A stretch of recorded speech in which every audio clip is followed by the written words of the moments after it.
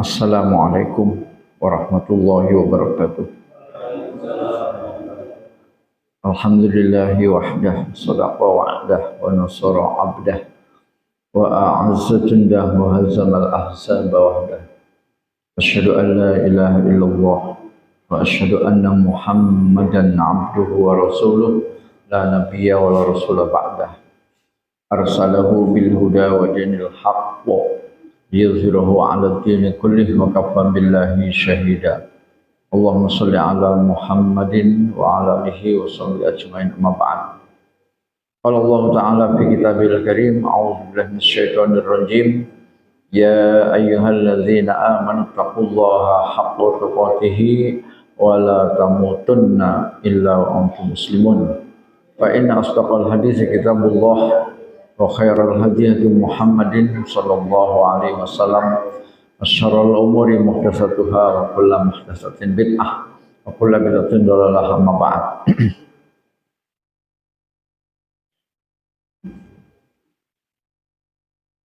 Alhamdulillah, pada pagi yang setelah turun berkah ya. Kalau kami di sini pagi hujan. Nggak tahu kalau di rumah Bapak Ibu masing-masing ya. Mudah-mudahan sama, hujan juga ya. Bahkan dari semalam ya, dari semalam hujan itu sekitar dari jam 10 sampai subuh, dan hujannya alhamdulillah rintik-rintik sehingga tidak menyebabkan banjir ya. Insyaallah tanaman subur, udara bersih ya.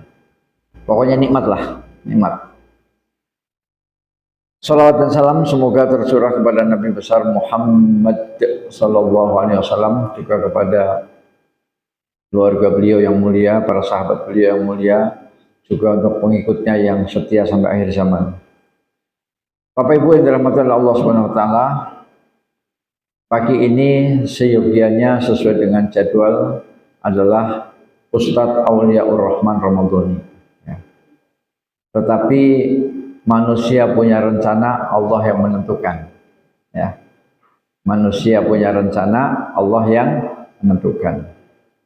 Silakan Bapak Ibu menempati tempat yang sudah disediakan.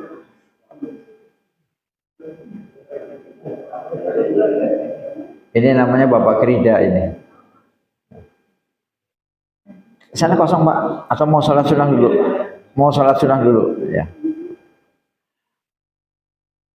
Ternyata beliau Ustadz Aulia secara sangat mendadak ya, sangat mendadak diperintahkan oleh ketua yayasan di Metro untuk bisa menemani ketua yayasan bertemu dengan Syekh sebagai juru bicara, jubir ya.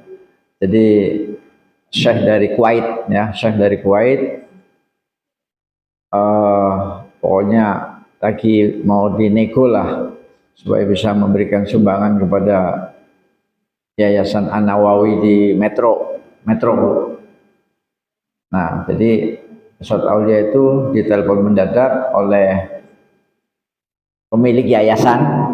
Yayasannya namanya An-Nawawi di Metro. Ustadz, tolong temani saya untuk menemui Syekh sebagai jubir. Penerjemah. Nah, jadi ya terus Mas Aulia tadinya sedih juga. Mau ngomong ke saya itu berat sekali. Dia bilang, udah ngomong aja. Jadi minta maaf Bi, ya nggak apa-apa. Pokoknya Aulia nggak bisa ngisi, Abi yang ngisi. Nah itu. Jadi begitu Bu ceritanya Bu ya. Bapak-bapak, ibu-ibu, sedianya Ustadz Aulia, tetapi beliau berhalangan mendadak ya. Sehingga diisi oleh saya. Kira-kira ridho apa enggak nih? Ya, kalau enggak ridho saya pulang ya. Kalau misalnya kalau jadi begini mas saya nggak jadi ikut, ya udah ya. Baik, saya melanjutkan kitab yang disampaikan oleh Ustadz Aulia, yaitu kitab Riyadhus Shalihin. Nah, mungkin Bapak Ibu ada yang belum lihat kitabnya kayak apa. Nah, kayak gini Bu. Kayak gini kitabnya ya. Riyadhus Shalihin, karya Imam Nawawi ya. Dan ini kitab yang sangat monumental. Sehingga kalau kita sampai tidak pernah ngaji kitab ini, Masya Allah, rugi kita Pak. Karena di sini berisi ilmu-ilmu yang sangat terpilih. Di Imam Nawawi itu pinter Pak, mengambil ilmu-ilmu yang paling pokok dalam agama ini. Ilmu yang paling pokok, number one, number wahid, yaitu pertama niat, ya kan? Niat. Yang kedua taubat, yang ketiga sabar, dan seterusnya. Panjang Pak, panjang. Niat sudah dibahas kalau nggak salah 4 bulan lah. 4 bulan itu bahas niat itu. Kemudian taubat juga sudah dibahas sekitar 4 bulan juga. Sabar baru dibahas 2 bulan. Ya, baru dibahas 2 bulan. Nah, sekarang saya akan melanjutkan. Yang kemarin terakhir disampaikan oleh Ustadz Aulia adalah hadis tentang seorang laki-laki yang datang kepada Nabi Muhammad SAW kemudian minta duit. Ya, bahasanya apa di sini ya? Bahwasanya ada beberapa orang dari kaum Ansar meminta sedekah pada Rasulullah. Oh, jadi yang minta sedekah itu bukan 1 orang, Pak, beberapa. Ya, yang minta sedekah. Lalu beliau memberikan sesuatu kepada mereka. Rasulullah itu selalu ngasih kalau ada yang mengemis minta sedekah, selalu ngasih.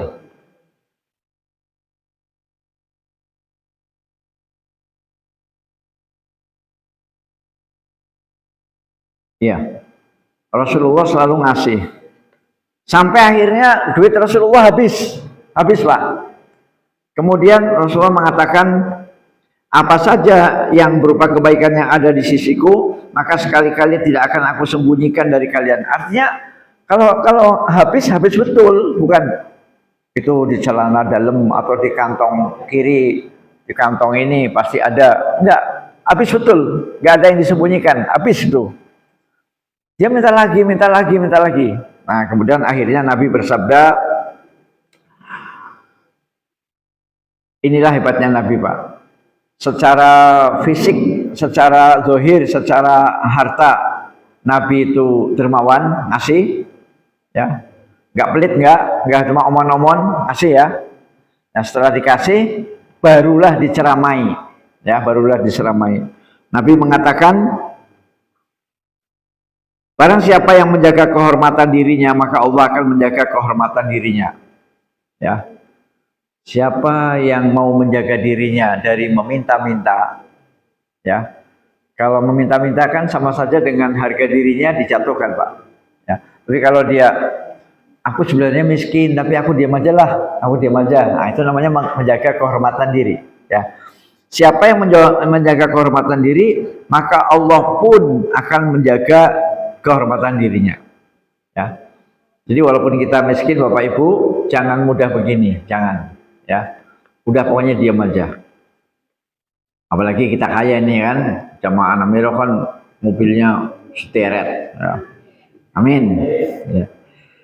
Yang kedua, dan barang siapa yang merasa dirinya cukup, maka Allah akan mencukupinya. Kalau kita merasa, saya cukuplah, nggak usah terlalu ingin ini, nggak usah terlalu rakus, saya cukuplah. Paling kalau pergi jauh saya rental mobil, tapi kalau deket-deket adalah saya naik motor aja. Kalau deket-deket naik motor cukup lah. Biarpun diejek sama tetangga, dosen kok naik motor, kiai kok naik motor, biarin diejek. Ya. Tapi kalau mau pergi jauh rental kan. Jadi merasa dirinya cukup lah, nggak usah.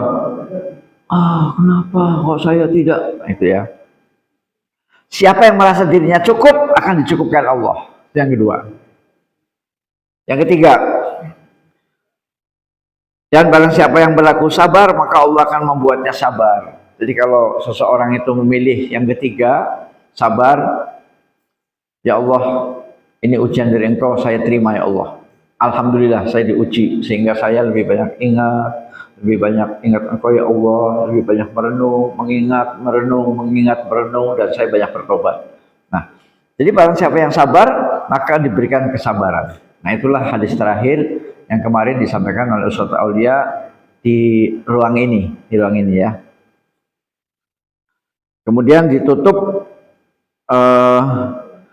tiada seorang pun yang dikaruniai suatu pemberian yang lebih baik dan lebih luas daripada kesabaran. Hadis riwayat Bukhari Muslim. Hadis Bukhari nomor 1469 dan Muslim nomor 1053. Jadi kalau milih yang ketiga Pak, tadi kan yang pertama menjaga kehormatan, ya, tidak mau minta-minta. Yang kedua merasa cukup, ya sama juga nggak mau minta-minta. Yang ketiga sabar. Maka orang sabar akan diberikan Allah kesabaran, dan kesabaran itu merupakan pemberian Allah yang sangat baik dan sangat luas, sangat besar pahalanya. Cuma memang ini jarang disadari Pak oleh manusia. Orang manusia pasti milihnya, masa harus menderita terus? Masa harus menderita terus? Rata-rata manusia pengennya begitu. Sama dengan kalau kita sakit kan Pak, sakit gigi. Ada nggak yang sakit gigi kemudian dinikmati? Alhamdulillah ya Allah, nikmat sekali sakit gigi ya Allah, alhamdulillah ya Allah. Jarang Pak, jarang. Mesti kasak-kusuk ke dokter, ke apotek cari obat menghilangkan ngenyut kan. Nah, itu. Jadi memang sabar itu mahal sekali. Itu hadis terakhir kemarin yang disampaikan oleh Ustaz Aulia. Sekarang sambung hadis berikutnya. Wa an Abi Yahya Suhaib bin Sinan qala Rasulullah sallallahu alaihi wasallam, ajaban li amril mu'min, inna amrahu kullahu lahu khair, wa laysa dzalika li ahadin illa lil mu'min. In asabathu sarron, saya ulangi, in asabathu sarra syakara fakana khairul lahu, wa in asabathu dharra sabara fakana khairul lahu. Rawahu Muslim. Ini hadis, ini pelajaran kita hari ini Pak, pelajaran baru hari ini ya. Kalau yang tadi ngulang Pak ya, review yang tadi. Abu Yahya Suhaib bin Sinan radhiyallahu an berkata, Rasulullah sallallahu alaihi wasallam bersabda, sangat mengagumkan sekali keadaan seorang mukmin. Semua keadaannya itu merupakan kebaikan baginya. Dan yang demikian itu hanya bagi orang mukmin. Apabila ia mendapat kelapangan hidup, ia pun bersyukur. Maka hal itu adalah kebaikan baginya.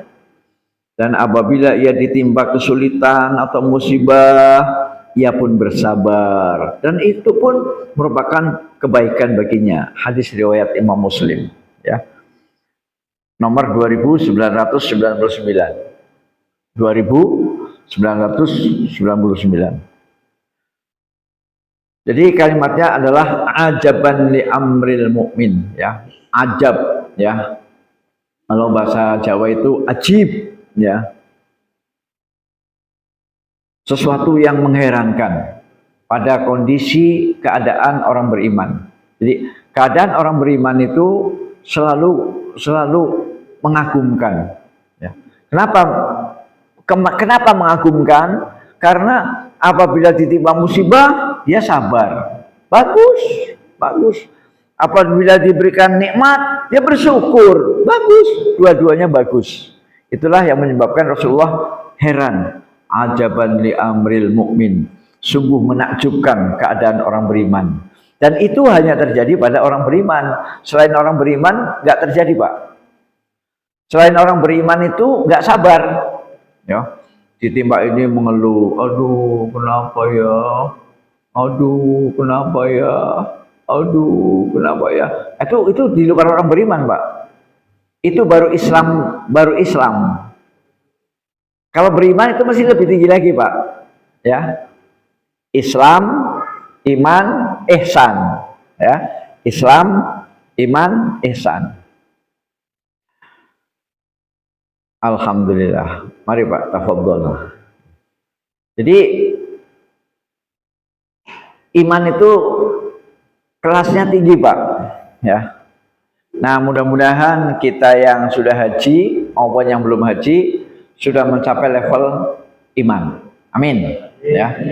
Jadi orang beriman itu keadaannya menakjubkan, membuat Rasulullah itu heran, ya, heran. Ya seharusnya Rasulullah nggak heran, tapi Rasulullah heran.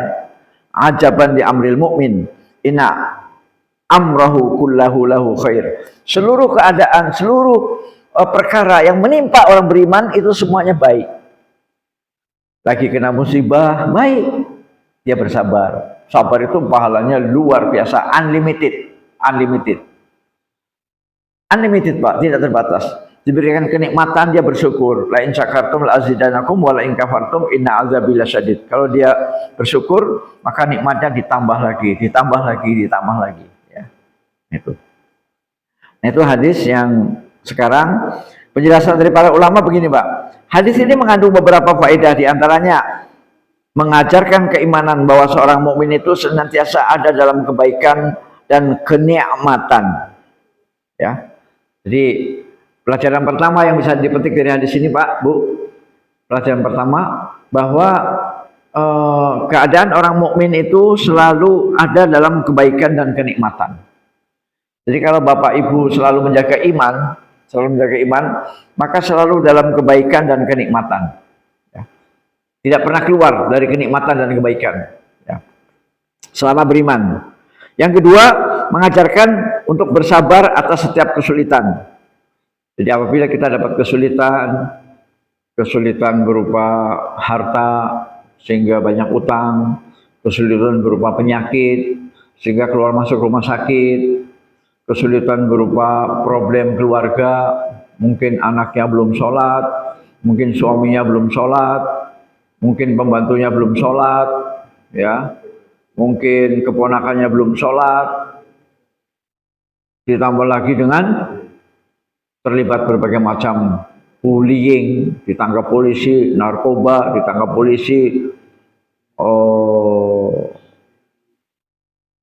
tawuran, balap motor liar, tangkap polisi, ya, kena judi online, bangkrut, kena pinjaman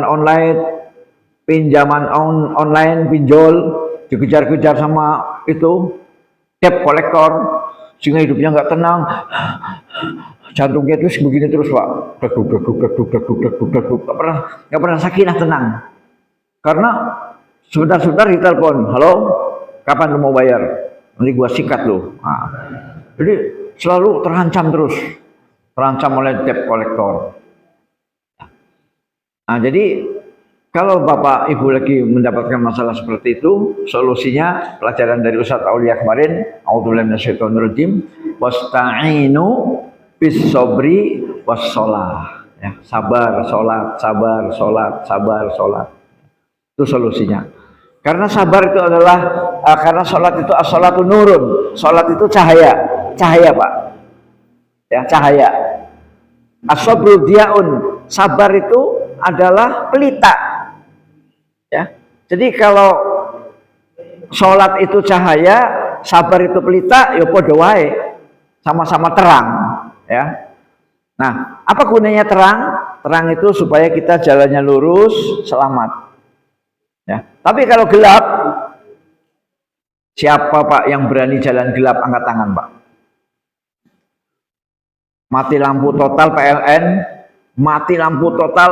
berani nggak keluar rumah tanpa bawa senter HP? Saya yakin nggak berani. Takut kejeblos siring, blur, ya. Tahu-tahu kakinya tulangnya patah, ya.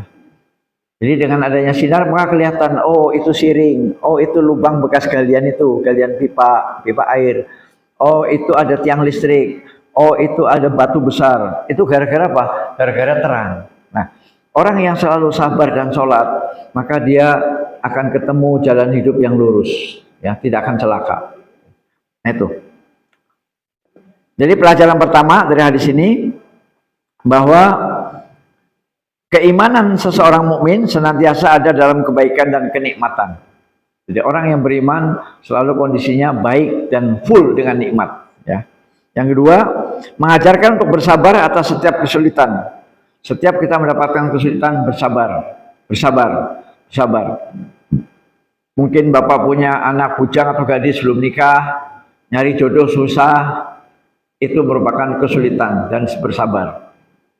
Ya, bersabar itu ya tetap dengan usaha dong Pak, bukan bersabar berarti diam aja, diam. Enggak, usaha. Misalnya ngobrol sama Mas Ando, Mas Ando ada enggak jamaah Namirah yang masih bujang atau masih gadis? Saya punya anak nih, pengen saya jodohkan. Ya. Ustadz, itu kan zaman dulu, zaman Siti Nurbaya jodoh menjodohkan, zaman sekarang mana ada yang mau dijodohkan? Ya mudah-mudahan anak-anak yang beriman maulah, ya mudah-mudahan anak-anak yang beriman mau. Ya. Pokoknya kesulitan apapun sabar, kesulitan apapun sabar. Yang ketiga, dan juga mengajarkan untuk senantiasa bersyukur ketika mendapat kebahagiaan, karena syukur merupakan bagian dari sebab bertambahnya kenikmatan. Nah itulah hadis pada pagi hari ini di mana Rasulullah SAW heran dengan keadaan orang beriman, karena orang beriman apapun keadaannya baik. Kemudian hadis yang kedua, wa an Anasin radhiyallahu an qala lamma saqula an-nabiy sallallahu alaihi wasallam ja'ala yataghashshahul karbu. Faqalat Fatimatu radhiyallahu anha wa karba abtah faqala laisa ala abika karbun ba'dal yaum falamma mata qalat ya abatah ajaba rabban da'ah ya abatah jannatul firdausi ma'wah ya abatah ya abatahu ila Jibril nan'ahu falamma tufina qalat Fatimatu radhiyallahu anha atabat anfusukum antahsu ala Rasulillah sallallahu alaihi wasallam at-turab. Artinya Anas radhiyallahu an berkata,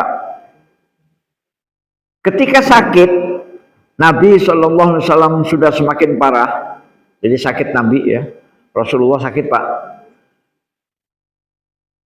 Maka beliau pun diliputi oleh kedukaan menghadapi sakaratul maut.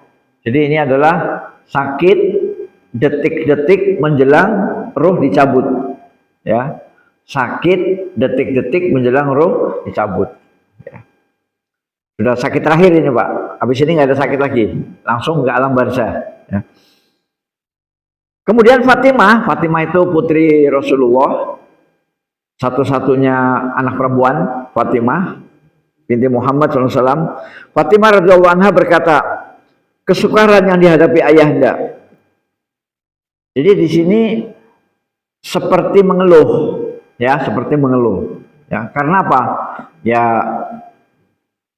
maklum Pak, Fatimah satu-satunya anak wanita tunggal, ya. Anak Rasulullah yang laki-laki meninggal semua.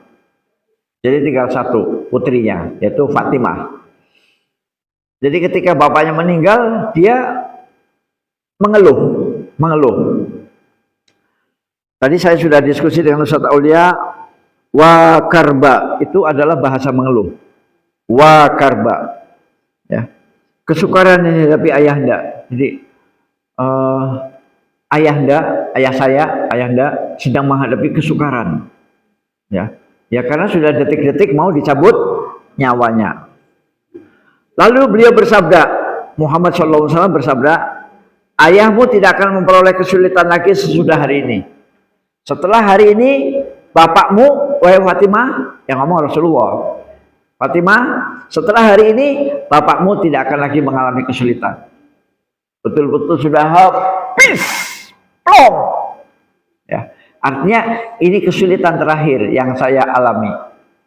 Setelah hari ini, nggak ada lagi kesulitan. Semuanya nikmat, nikmat, nikmat, nikmat, nikmat. Ya, karena langsung ke Jannatul Firdaus. Rasulullah bersabda, ayahmu tidak akan memperoleh kesulitan lagi sesudah hari ini. Selanjutnya, setelah beliau wafat, Fatimah radhiyallahu anha berkata, nah, jadi akhirnya Rasulullah dicabut nyawanya oleh malaikat maut dengan lembut, ya.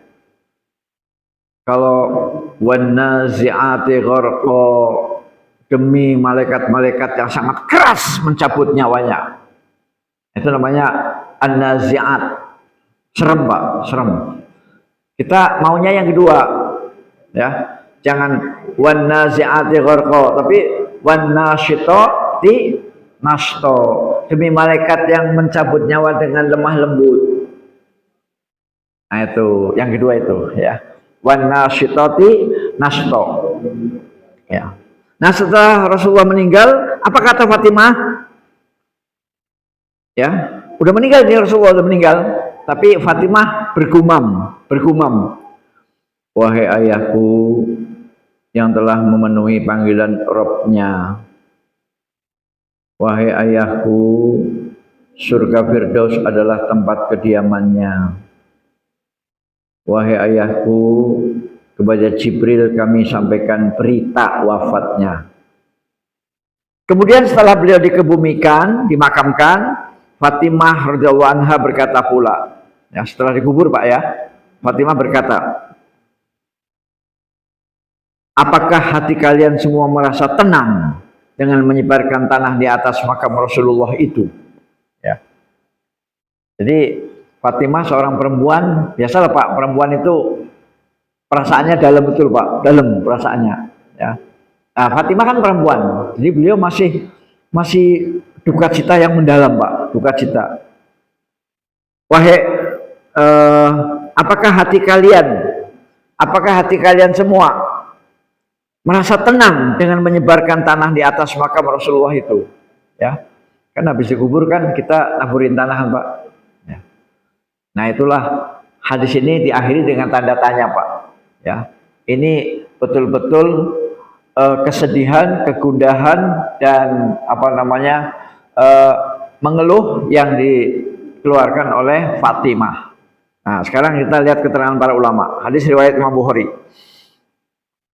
Hadis riwayat Imam Bukhari, ya. Hadis nomor 4462. Penjelasan. Hadis ini menjelaskan bahwa tidak mengapa seseorang mengeluh selama ia tidak mengundang amarah Allah Subhanahu wa taala. Ya. Tidak mengapa seseorang mengeluh selama ia tidak mengundang amarah Allah Subhanahu wa taala. Fatimah mengeluh ketika melihat Rasulullah SAW, tetapi tidak berlebihan dan tidak menunjukkan penolakannya atas takdir Allah Subhanahu wa taala. Ya. Jadi kalau mengeluh ditambah dengan menolak pada takdir Allah, itu baru suatu kemungkaran. Ya. Jadi misalnya, ya Allah, kenapa yang mati bapak saya duluan? Kenapa enggak kakek itu dulu tuh, kakek yang 100 tahun? Ya, itu namanya menolak takdir, ya, menolak takdir. Jadi ingin mengatakan bahwa saya enggak terima dengan keputusan Allah. Kenapa yang mati bapak saya dulu, yang umurnya baru 63? Kenapa yang mati enggak kakek-kakek umurnya 70, 80, 100? Nah, itu namanya menolak takdir Allah. Nah, Fatimah tidak menolak. Fatimah tidak menolak takdir Allah. Beliau menerima takdir Allah dan sebagai seorang anak sulung, maksudnya satu-satunya perempuan, semata wayang perempuan, maka beliau Fatimah sedih. Dan itu normal dan wajar karena sangat mencintai abinya, sangat mencintai bapaknya, ya. Ini keterangan dari para ulama. bahwa tidak mengapa seseorang mengeluh selama ia tidak mengundang amarah Allah. Apa yang mengundang amarah Allah? Kalau kita menolak takdir, ya. Misalnya, waduh, kalau begini nyesel saya nikah sama kamu. Nah, itu termasuk menolak takdir, Pak. Oh, ternyata kamu begini ya. Wah, kalau tahu begini saya nyesel nikah sama kamu. Nah, kalimat itu adalah kalimat menolak takdir. Nggak boleh. Nggak boleh. Tapi kalau kita kesel hanya kesel biasa saja, misalnya, aduh ya Allah, Masya Allah, berilah saya kesabaran ya Allah.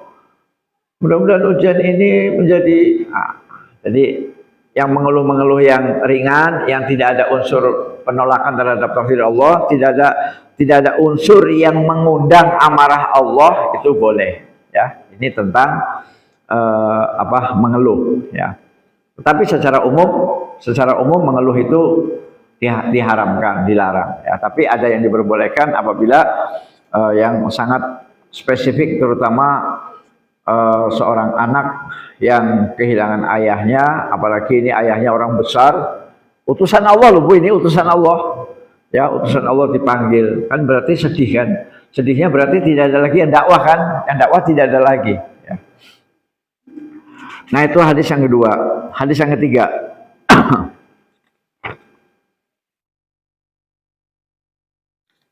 Nah hadis yang ketiga ini saya akan membaca hadisnya, panjang banget Pak Ibu, ya. Ini hadisnya selebar ini nih, panjang banget.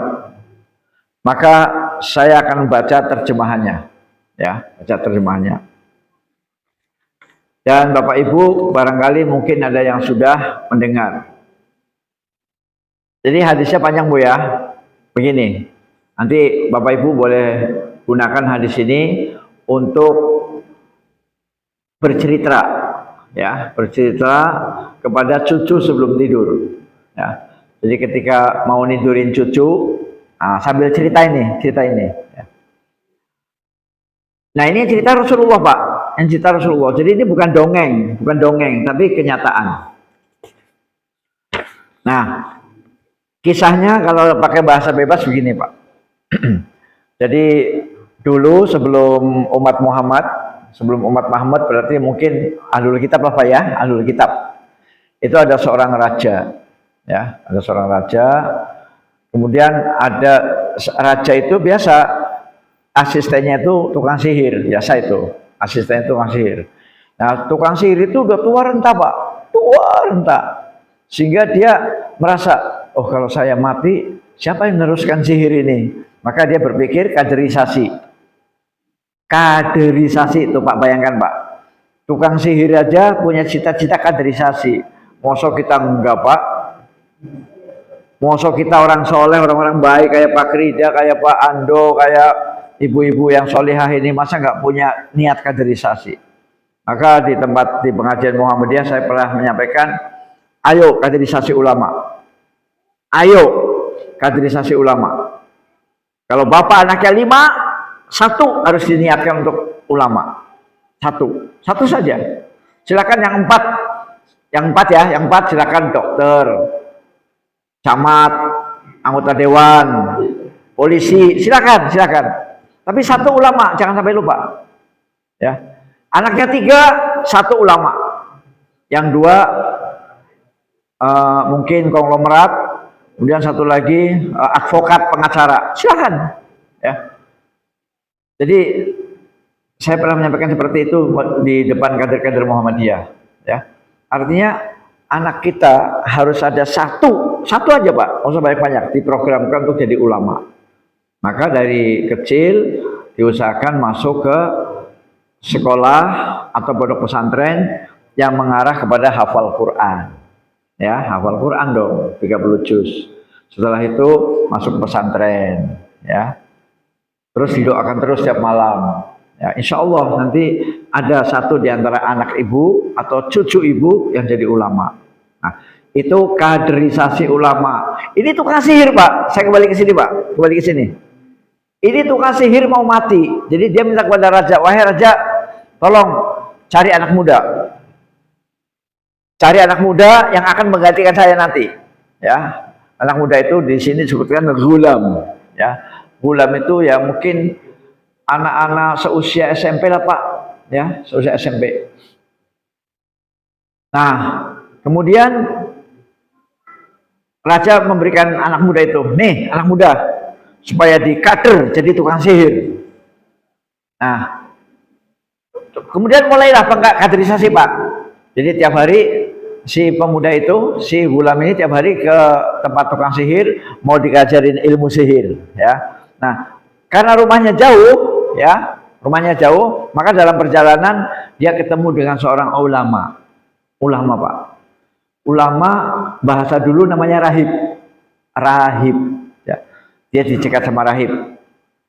Anak muda, kamu mau kemana? Aku mau kursus sihir.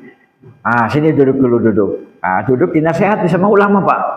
Dinasehati, diberi tausiah, ya. Namanya waktu itu rahib, Pak, ya, rahib. Habis itu paham, udah jalan. Pas jalan ke tempat tukang sihir kan telat, Pak. Kamu kenapa telat? Ya. Akhirnya sempat juga entah dipukul, entah dijewer lah pokoknya. Lain kali jangan telat ya. Ya, gitu. Nah, diajarin ilmu sihir, ya. Habis itu pulang ke rumah, mampir lagi ke tempat rahib, mampir, karena rahib itu di jalan, maksudnya rumahnya di perlintasan jalan itu. Nah, kemudian rahib memberikan resep, nanti kalau kamu ditanya sama sihir, kenapa kamu telat? Saya terhambat masalah keluarga, ya, masalah keluarga. Nanti kalau kamu ditanya sama keluarga, kenapa kamu telat? Saya terhambat masalah masalah sihir. Ya, saya terhambat masalah sihir. Jadi kalau ketemu keluarga, maka apa alasannya sihir? Kalau ketemu tukang sihir, alasannya keluarga. Tolong jangan bilang-bilang ada rahib di sini. Tolong jangan bilang-bilang ada ulama di sini, jangan. Ya. Jadi ini betul-betul Pak? Silent, sunyi, senyap-senyap. Ya. Siap, kamu dapat ilmu dari saya, siap. Tapi jangan bilang-bilang ada suhu di sini, jangan. Oke. Itulah tiap hari, Pak. Tiap hari si gulam itu lewat dapat tausiah. Nanti habis itu ke tukang sihir. Untuk pulang dapat tausiah lagi, ya. Suatu saat di jalan itu ada hewan besar yang mogok. Hewan besar, mogok, nggak mau minggir. Saya nggak tahu hewan besar itu apa kebo, apa gajah, nggak tahu. Pokoknya menghalangi jalan, sehingga dari sana nggak bisa lewat, dari sini nggak bisa melewat, macet. Nah, kemudian si gulam ini, si anak muda itu bilang begini, ya Allah, kalau memang ajaran rahib ini benar, saya akan membunuh hewan ini. Ya, kemudian dia membaca bismillah. Bismillahirrahmanirrahim. Yes! Maka hewan itu mati, ya. Mati, kemudian bisa disingkirkan, akhirnya lalu lintas lancar lagi. Nah, akhirnya kehebatan si bocah ini kedengaran sama rahib. Ya, kemudian dipanggil, sini. Kamu ilmunya sudah melebihi saya. Udah hebat kamu, udah hebat. Kamu padahal hanya mendapatkan tausiah sambil lewat kan istilahnya, tapi ilmu kamu sudah hebat. Sudah bisa terkabul doanya dengan nama Allah. Nah, kemudian si bocah ini ternyata bisa menyembuhkan orang buta, bisa menyembuhkan penyakit lepra, bisa menyembuhkan segala penyakit. Pokoknya si bocah ini ramai didatangi orang, Pak. Ya, Dek, saya ini korengan bisa sembuh nggak? Nggak bisa, Pak. Nggak bisa, saya nggak bisa menyembuhkan. Yang menyembuhkan Bapak itu Allah. Kalau Bapak mau jadi orang beriman, nanti saya doakan. Ya udah, saya mau jadi orang beriman. Masuk, Pak. Silakan. Pokoknya setiap yang datang ke sini, Pak, setiap pasien yang datang, itu kan sama, minta sembuh, minta sehat, minta matanya melek, dan segala macam. Tapi selalu si anak kecil itu nggak bilang, ya saya bisa menyembuhkan, nggak bilang begitu Pak. Selalu jawabannya begini, saya tidak bisa menyembuhkan. Yang menyembuhkan Allah. Kalau kamu mau, kamu beriman dulu kepada Allah, kamu beriman dulu, kemudian nanti saya doakan. Mau, dia beriman. Ya, dia bersyahadat. Ya, syahadatnya kayak apa nggak tahu. Karena itu umat sebelum Nabi Muhammad SAW. Ya, dia beriman kepada Allah, kemudian didoakan sembuh. Yang matanya buta jadi sembuh, yang sakit koreng-koreng sembuh, yang sakit segala macam sembuh semua Pak. Tapi syaratnya beriman. Ya. Dan didoakan oleh si bocah itu. Jadi si bocah itu ilmunya lebih tinggi daripada gurunya Pak, lebih tinggi daripada rahib. Akhirnya suatu saat berita ini terdengar sama pendamping raja yang buta Pak. Jadi ada pendamping raja buta, pendamping raja. Katakanlah misalnya semacam perdana menteri lah gitu ya, buta. Kemudian datanglah ke anak kecil itu. Nak, aku ini temannya raja. Bisa nggak menyembuhkan aku buta ini? Berarti anak itu, yang aku nggak bisa menyembuhkan, yang bisa menyembuhkan Allah. Kalau kamu mau, kamu beriman kepada Allah. Nanti saya doakan. Ya, akhirnya, iya mau. Wah, akhirnya beriman kepada Allah, kemudian didoakan. Akhirnya temannya raja itu melek Pak, melek. Gembira sekali. Dia membawa hadiah banyak benar untuk si anak kecil itu. Kasih hadiah banyak. Ya. Kasih hadiah banyak lah pokoknya. Nah, akhirnya raja terkejut, ya, raja terkejut. Loh, kamu kok bisa melek begini? Siapa yang bikin kamu melek? Itu, ya. Maka si raja itu, si pembantunya raja itu mengatakan, yang menyebabkan saya bisa melek adalah Allah. Loh, kamu punya Tuhan baru ya? Ya, Tuhan saya sekarang Allah. Jadi kamu nggak mau menuhankan saya lagi? Enggak, saya nggak mau menuhankan kamu lagi. Saya Tuhannya Allah. Ya. Nah, terus akhirnya raja marah kan? Kamu dapat ilmu begini dari siapa? Tadinya karena dipukulin terus, akhirnya si temannya raja itu ngaku, aku dapat dari anak kecil. Nah, akhirnya, mana anak kecil? Panggil. Ya, anak kecilnya dipanggil. Dan anak kecilnya juga disiksa terus. Kamu dapat ilmu ini dari mana? Dari rahib. Wah. Akhirnya rahibnya dipanggil. Dia kan suruh sembunyi kan, suruh yang bilang-bilang. Nah, akhirnya si temannya raja itu digergaji Pak kepalanya, grok, kepalanya belah dua, ya, karena tidak nurut sama raja, tidak mau menyembah raja, maka digergaji, mati Pak, kawannya sendiri, perdana menteri, ya, perdana menteri. Nah, kemudian si rahib itu juga begitu, rahib, kamu kenapa nggak mau menyembah saya? Mau nggak balik ke agama nenek moyang, agama kita yang dulu? Nggak mau. Saya tetap menyembah Allah. Rahibnya akhirnya digergaji juga Pak. Grok. Jadi yang digergaji dua, yaitu staf raja yang sudah masuk Islam sama rahib, ya, digergaji juga. Akhirnya tinggal anak kecil itu, tinggal bocil. Ya.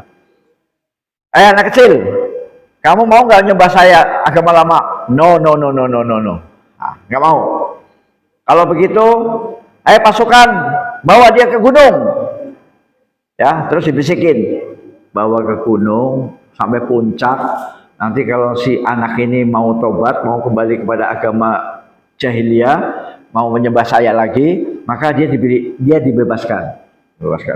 Tapi kalau tidak mau, masih kekeh dengan ajaran tauhid, ajaran menyembah Allah, maka dorong, lempar dari puncak gunung, lempar, biar mati itu ya.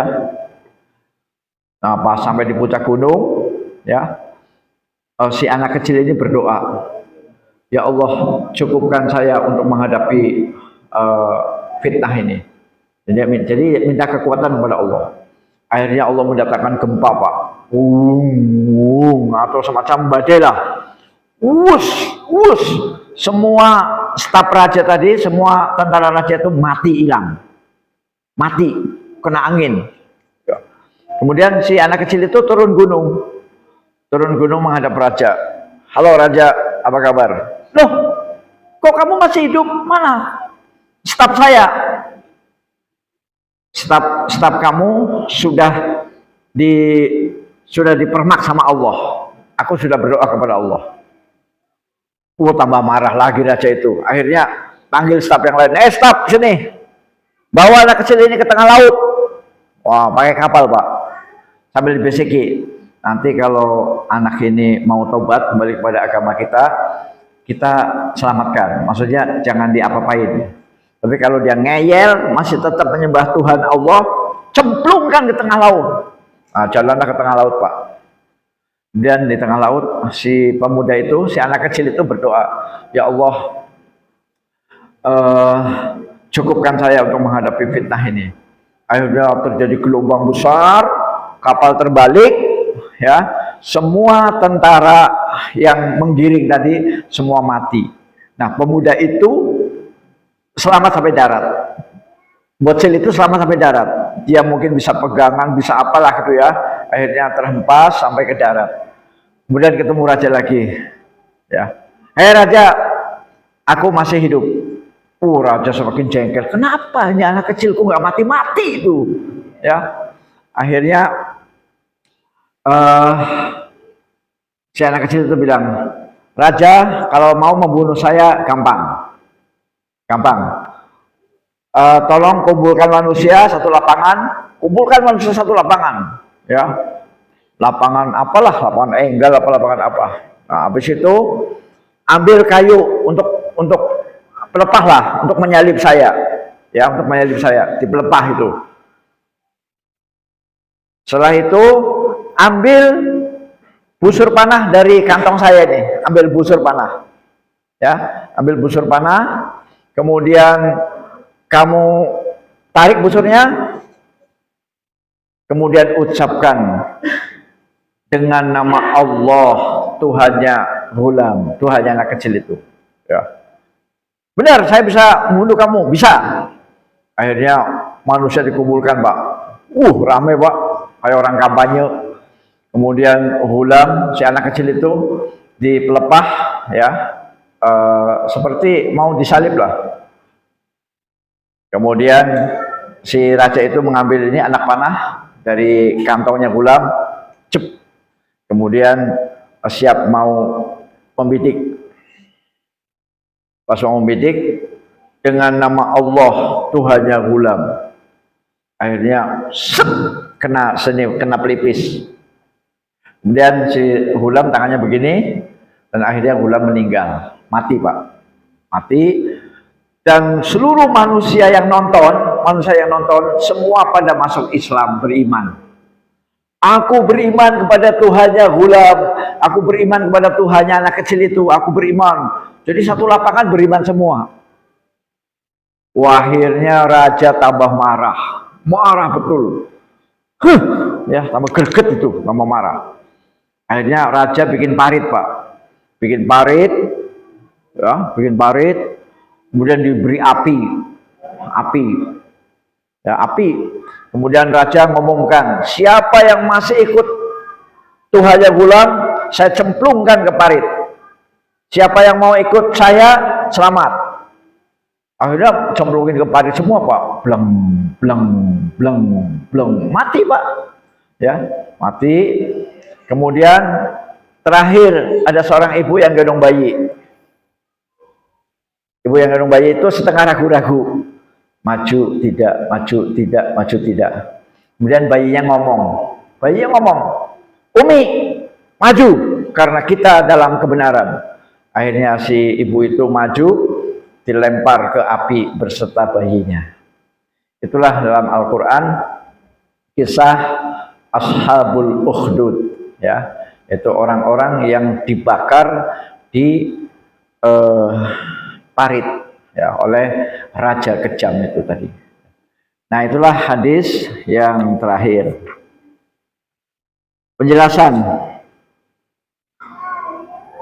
Penjelasan. Sesungguhnya Allah Subhanahu wa taala mengabulkan doa orang yang berada dalam kesulitan. Ya. Sesungguhnya Allah Subhanahu wa taala mengabulkan doa orang yang berada dalam kesulitan. Apabila seorang manusia berdoa kepada Rabb-nya ketika di dalam keadaan sulit atau bahaya dan ia yakin bahwa Allah akan mengabulkannya, maka sungguh Allah akan mengabulkannya. Jadi kalau bapak-bapak dalam keadaan terdesak, terpepet, ya, apa istilahnya, pokoknya betul-betul nggak ada jalan lain, dan berdoa kepada Allah dan yakin Allah pasti akan mengabulkannya, pasti. Nah, ini keterangan dari para ulama. Maka sungguh Allah akan mengabulkannya. Sehingga orang-orang kafir pun jika mereka berdoa kepada Allah ketika dalam keadaan sulit, maka Allah akan mengabulkan doa mereka. Ya, doa-doa urusan dunia lah, misalnya seseorang kafir lagi digusur. Katakanlah yang gusur siapalah, nggak tahu apa aparat, apa Satpol PP atau apa gitu ya, dengan kekejaman yang luar biasa, kemudian dia berdoa kepada Allah, maka itu akan dikabulkan. Ya. Tapi bukan berarti orang kafir itu masuk ke surga nanti, enggak masuk ke surga. Itu hanya dalam urusan kesulitan dunia, ya, dalam urusan kesulitan dunia. Nah, kalau orang kafir juga bisa dikabulkan, apalagi kita, ya. Jadi ini tidak ada hubungannya dengan berarti dia kafir tapi nanti masuk surga. Enggak masuk surga. Tetap dia neraka. Hanya dalam urusan-urusan dunia, ketika dia terpepet, terdesak, kemudian dia mengadu kepada Yang Maha Kuasa, dan Yang Maha Kuasa itu namanya sama, yaitu Allah, maka akan dikabulkan. Nah, ini keterangan para ulama seperti itu. Nah, para bapak sekalian, sebenarnya ini ada dalam Al-Quran ayatnya, yaitu ayat tentang Ashabul Ukhdud, ya, yaitu Al-Buruj, ya Pak ya. Al-Buruj, surat Al-Buruj. Bagus kalau kita baca dulu Pak ya ayatnya. Surat Al-Buruj. Nah ini.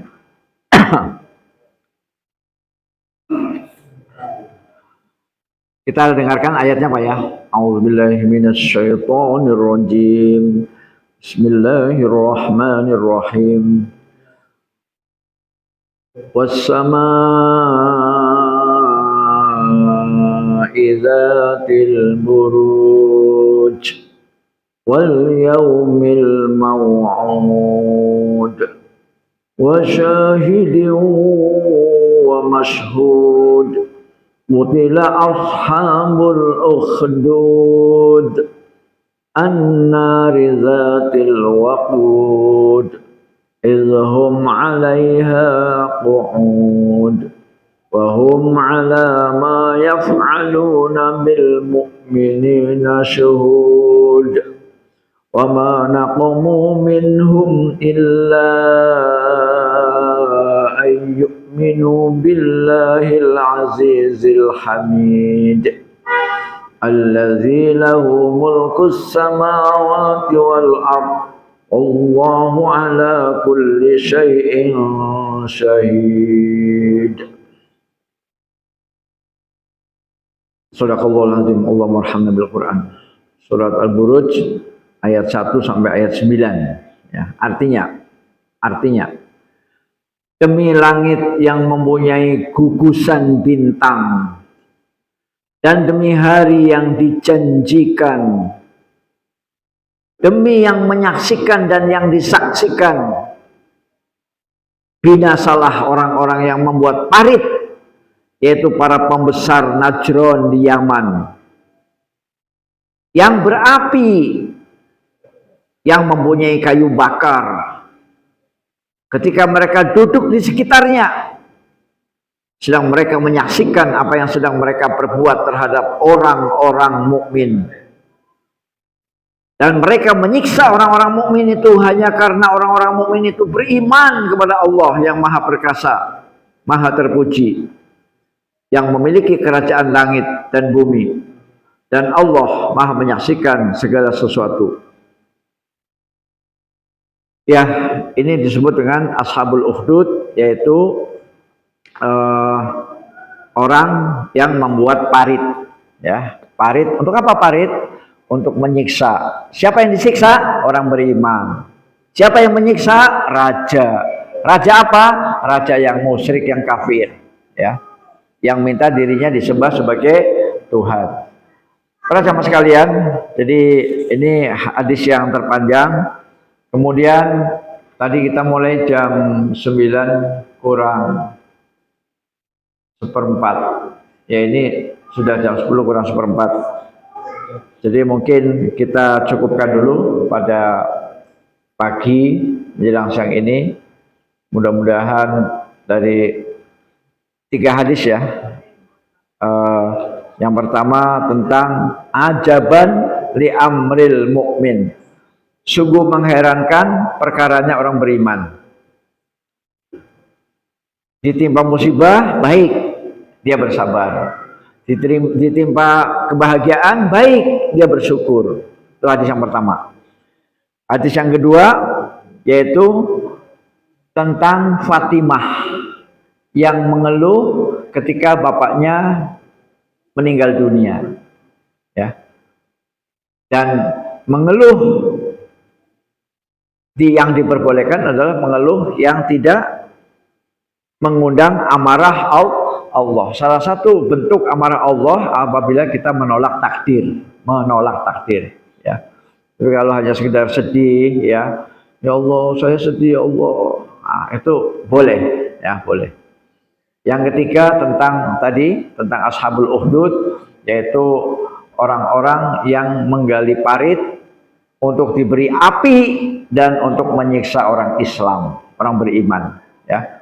Karena orang beriman itu tidak hanya umatnya Nabi Muhammad, Pak, Bu. Umatnya Nabi Isa juga ada yang beriman loh, Pak. Umatnya Nabi Isa ada yang beriman. Umatnya Nabi Musa juga ada yang beriman, ya. Jadi umat sebelum Nabi Muhammad namanya Ahlul Kitab, ya. Bisa dari pengikut Injil, bisa dari pengikut Taurat. Ya, dengan catatan pengikut Injil yang asli dan pengikut Taurat yang asli, tidak dirubah-rubah, ya. Kalau kitab sucinya sudah dirubah-rubah, campur tulisan si A, si B, tulisannya masuk jadi kitab suci, ya itu sudah rusak. Nah, mungkin pengajian kita sampai di sini dulu. Kalau ada pertanyaan, mungkin 1 atau 2, silakan Bapak Ibu. Kan cara penyampaian saya dengan Ustadz Aulia beda.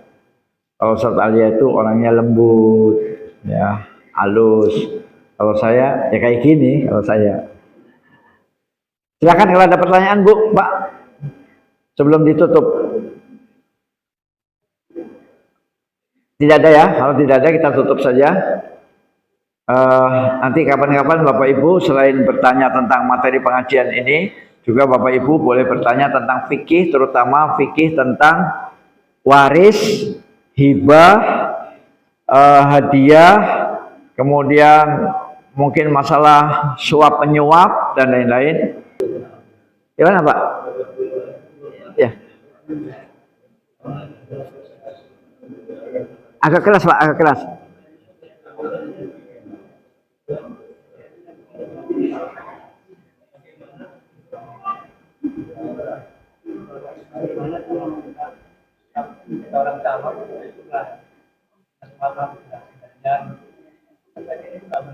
Curang apanya?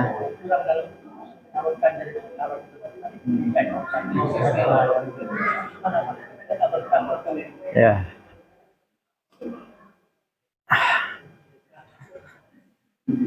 Ya.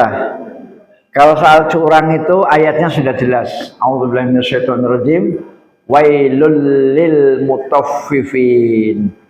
Sungguh celaka, neraka wel orang-orang yang curang. Ya. Yang curang itu siapa saja, bukan hanya calon gubernur, calon wali kota, calon bupati, calon presiden, bukan hanya mereka. Tapi kita yang rakyat kecil juga bisa curang. Yang dagang, ya, Dagang itu bisa curang itu. Dosen bisa curang itu. Kalau misalnya mahasiswanya yang cantik dinilai A gitu ya. Mahasiswanya yang jarang senyum, udah saya aja. Itu curang masuk, Pak. Nggak berkah itu. Ya, dosen, rektor juga begitu. Rektor.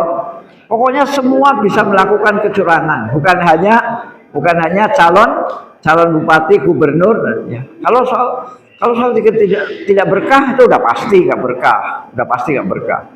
Karena Allah justru mengancam wailul lil mutaffifin. Ayatnya ada wailul lil mutaffifin. Sungguh celaka orang yang berbuat curang. Baik dalam masalah timbangan, literan, meteran, baik masalah BBM, masalah sembako, masalah profesi sebagai guru, sebagai dosen, ya. Jadi begitu Pak. Jadi jawabannya betul nggak berkah, ya Pak Uta ya, Pak Uta Haji Uta. Ada lagi Ibu? Kalau tidak ada, kita tutup. Semoga pengajian ini diberkahi oleh Allah Subhanahu Wa Taala dan kita menjadi orang-orang yang bisa bersabar, ya. Seandainya kita terpaksa harus mengeluhlah yang tidak mendatangkan murka Allah, ya. Tapi kalau saya suruh memberi fatwa, jangan mengeluh, ya. Biasakan selalu bersyukur, memuji Allah. Alhamdulillah, alhamdulillah, alhamdulillah, alhamdulillah. Wabillahi taufiq wal hidayah. Assalamualaikum warahmatullahi wabarakatuh.